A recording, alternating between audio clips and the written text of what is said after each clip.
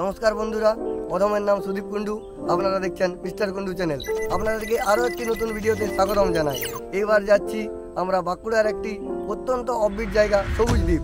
কংসাবতী নদীর মাঝে একটি ছোট্ট দ্বীপ আছে, সেটি এক্সপ্লোর করতেই আমরা বেরিয়ে পড়েছি। তো বাঁকুড়ার এটি একটি অত্যন্ত অফবিট জায়গা, অনেকেই জানেন না, কারণ এখানে ট্রেনের যোগাযোগ অতটা নেই। এখানে আসতে গেলে আপনাকে খড়গপুর বা ঝাড়গ্রাম আসতে হবে ট্রেনে, ওখান থেকে বাসে করে বা 4 চাকা ওখান থেকে বুক করে আপনাকে আসতে হবে।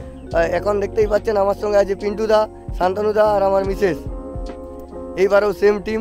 যারা আমার আগের ভিডিও দেখেছেন তারা অবশ্যই এনাদেরকে চিনেন, আর যদি না দেখে থাকেন আমি ডিসক্রিপশনে লিঙ্ক দিয়ে দিচ্ছি, আপনারা গিয়ে অবশ্যই দেখে নিন। বর্দি পাহাড়ও জাস্ট এখান থেকে কিছুটাই দূরে, আগে সেই ভিডিও আপনাদের দেখিয়েছি। আপনারা যারা জানেন, আমাকে চেনেন, যারা আমার ভিডিও দেখেন তারা জানেন যে আমি এরকম ছোটোখাটো জায়গা দিয়ে থাকি। বড় বড় জায়গা দিই, কিন্তু তার সঙ্গে সঙ্গে এরকম ছোটোখাটো জায়গা যে কোনো সাধারণ মানুষ যাতে ঘুরতে পারে এবং খুব সুন্দর সুন্দর প্রকৃতি দিয়ে মোড়া জায়গা আমি সবসময় আপনাদের দেখাতেই থাকি। এই সবুজ দ্বীপকে প্রকৃতির এক উপহার বলতে পারেন লালমাটির জেলা বাঁকুড়াকে, কারণ এই বাঁকুড়ার একমাত্র দ্বীপ হলো এই সবুজ দ্বীপ। এই ছোট্ট দ্বীপটি এতটাই সুন্দর যে আপনারা কল্পনা করতে পারবেন না। এই ছোট দ্বীপটির চারিদিকে বয়ে চলেছে নদী এবং মাঝে গড়ে উঠেছে একটি সুন্দর রিসর্ট। কিন্তু সত্যি কথা বলতে, আমরা মানুষেরা যে প্রাকৃতিক সৌন্দর্যকে ঠিকঠাকভাবে ব্যবহার করছি না, তার জলজ্যান্ত উদাহরণ হলো এই দ্বীপটি। এই সবুজ দ্বীপ হলো বাঁকুড়া জেলার একমাত্র দ্বীপ। মানে ভাবতে পারছেন কতটা ইউনিক জায়গা, কিন্তু আমি দেখলাম পরিচর্যার অভাবে এর সুনাম কিন্তু নষ্ট হয়ে যেতে পারে। তাই আমি বলবো, আপনারা যদি এই সবুজ দ্বীপ প্ল্যান করেন তাহলে অনলি নভেম্বর টু ফেব্রুয়ারি প্ল্যান করবেন। আশা করছি সেই সময় এখানে দৃশ্য আলাদা হবে, কারণ আমিও ইউটিউবে ভিডিও দেখেই এসেছিলাম। সেখানে কিন্তু খুব সুন্দর সাজানো গোছানো ছিল এই দ্বীপটি। এরপর বলি আপনাদের, আপনারা এখানে কিভাবে আসবেন। আগেই আপনাদের বলেছি এখানে ডাইরেক্ট কোনো ট্রেন বা বাস নেই। এখানে আসতে হলে আপনাকে ট্রেনে প্রথমে খড়গপুর অথবা ঝাড়গ্রাম আসতে হবে, সেখান থেকে প্রাইভেট কার বুক করে আপনাকে এখানে আসতে হবে। আর পাবলিক বাসে করে আসতে চাইলে রায়পুর বাস স্ট্যান্ডে আপনাকে নামতে হবে। সেখান থেকে আপনারা টোটো অথবা প্রাইভেট কার বুক করে এখানে অতি সহজেই পৌঁছে যাবেন।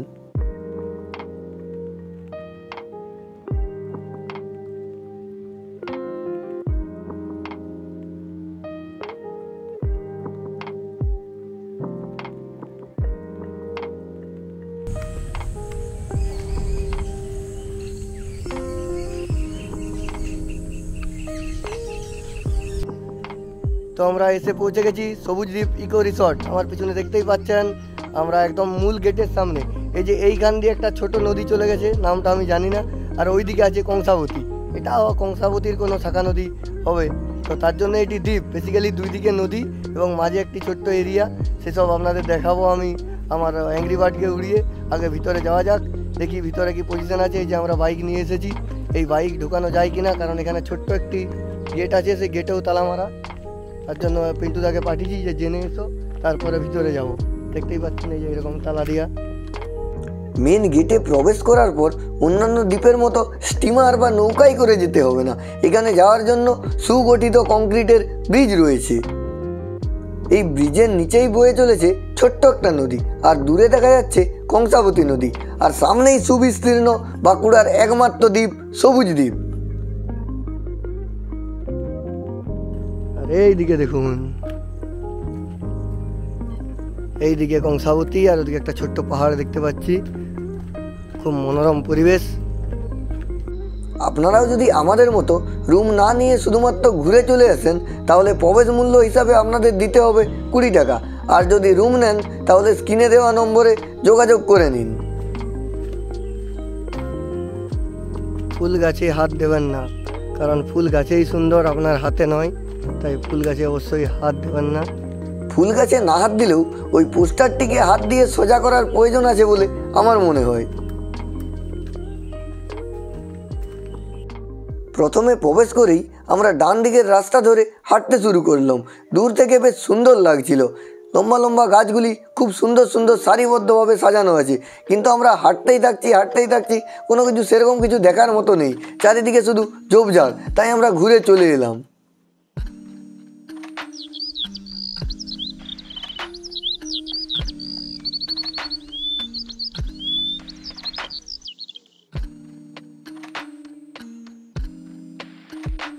এরপর হাঁটা দিলাম নদীর পাড় দিকে। তবে এইবার ঝোপঝাড় থাকলেও নদীর পাড়ে পাড়ে হাঁটতে কিন্তু দারুণ লাগছিল, কারণ হালকা হালকা একটা হাওয়া আমাদের গায়ে লাগছিল।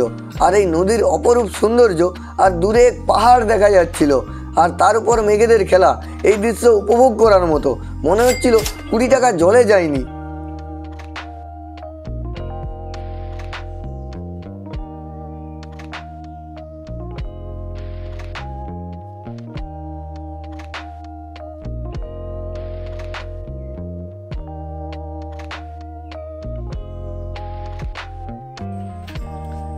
দেখতেই পাচ্ছেন এখানে একটি ভিউ পয়েন্ট রয়েছে, এখানে এরকম বসার জায়গা আছে।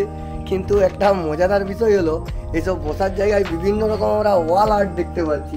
যেমন আপনাদের দেখায় অনু প্লাস উর্মিলা, তারপরে আরও চারিদিকে যা সব লেখা আছে, মানে কি বলবো না, দেখাচ্ছি আপনাদেরকে ব্যাক ক্যামেরায় আশা করছি। এই উপরে উপরে মানে এখানে বসার জায়গায় এইসব লিখলে কি ভাই প্রেম অমর হয়ে যায়? এই কোশ্চেনের উত্তর আমি চাই। আপনারা যদি কারো জানা থাকে একটু অবশ্যই বলবেন। এই চারিদিকের দেওয়ালে লেখা আছে বিভিন্ন নাম। মানে আবার এক জায়গায় দেখছি লেখা আছে মানে 2 মেয়ে 1 ছেলে, মানে 2 গার্লফ্রেন্ড ছিল আশা করছি, সেটাই লিখে গেছে। এই দেখুন, এই যেখানে নাম দিয়ে লেখা আছে বিভিন্ন রকমের নাম। কিন্তু এখানে সত্যি বলতে খুব সুন্দর একটা পরিবেশ।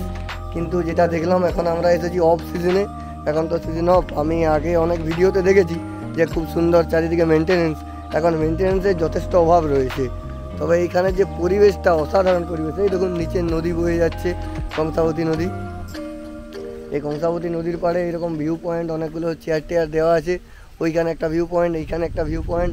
মানে এখানে বসে এই হালকা হাওয়াতে পুরো একদম মন ছুঁয়ে যাবে পুরো আপনার। দেখতে পাচ্ছেন এই দেখুন বিস্তীর্ণ নদী চলে গেছে কংসাবতী। আর আরেকটা পোস্টার দেখলাম, এখানে নৌকা বিহারও হয়।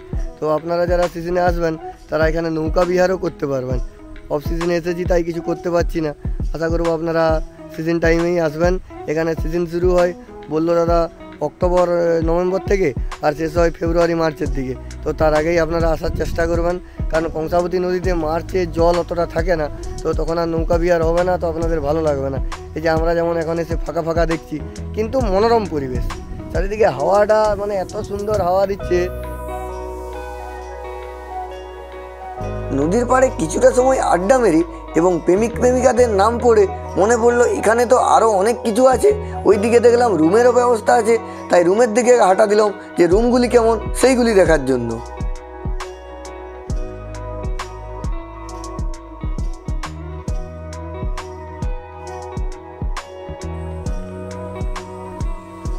দেখতেই পাচ্ছেন এই দিকটায় এনাদের এরকম কটেজ আছে অনেকগুলো দেখতে পাচ্ছি। এইখানে একটা, সেই দিকে 2।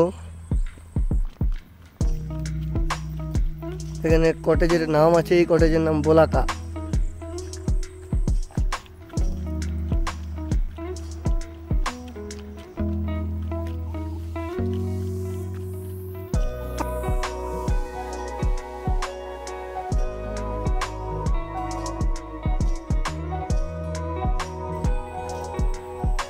এনাদের দেখতে পেয়েছেন প্রতিটি রুমের নাম আছে কণিকা, পুরবী, চিত্তঙ্গদা।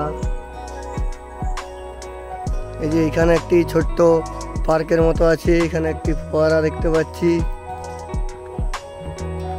দেখেছেন হরিণ দাঁড়িয়ে আছে, না এটি অরিজিনাল হরিণ নয়। এখানেও অনেক স্লাইডিং আরে অনেক কিছু আছে আমরা দেখতে পাচ্ছি, কিন্তু রক্ষণাবেক্ষণের যথেষ্ট অভাব রয়েছে। আশা করছি শীতকালের অনেকটা ভরপাই হবে। এই দ্বীপের চারিপাশটা হাঁটতে হাঁটতে দেখলাম এই দ্বীপের ভিতরে কিন্তু অনেক কিছুই আছে, ছোটো ছোটো পার্কও আছে। এখানে বাচ্চারা এলে কিন্তু খুব সুন্দরভাবে খেলা করতে পারবে। আর চারিদিকে দেখলাম ছোটো ছোটো ফলের গাছও আছে, কিন্তু দেখে খুবই খারাপ লাগছিল যে সব কিছু থাকা সত্ত্বেও এখানে পরিচর্যা করার মতো কেউ নেই। পরিচর্যা করার মতো যদি কেউ থাকতো, এটা কিন্তু একটা দারুণ ডেস্টিনেশন হয়ে উঠতে পারে একদিনের ভ্রমণের জন্য।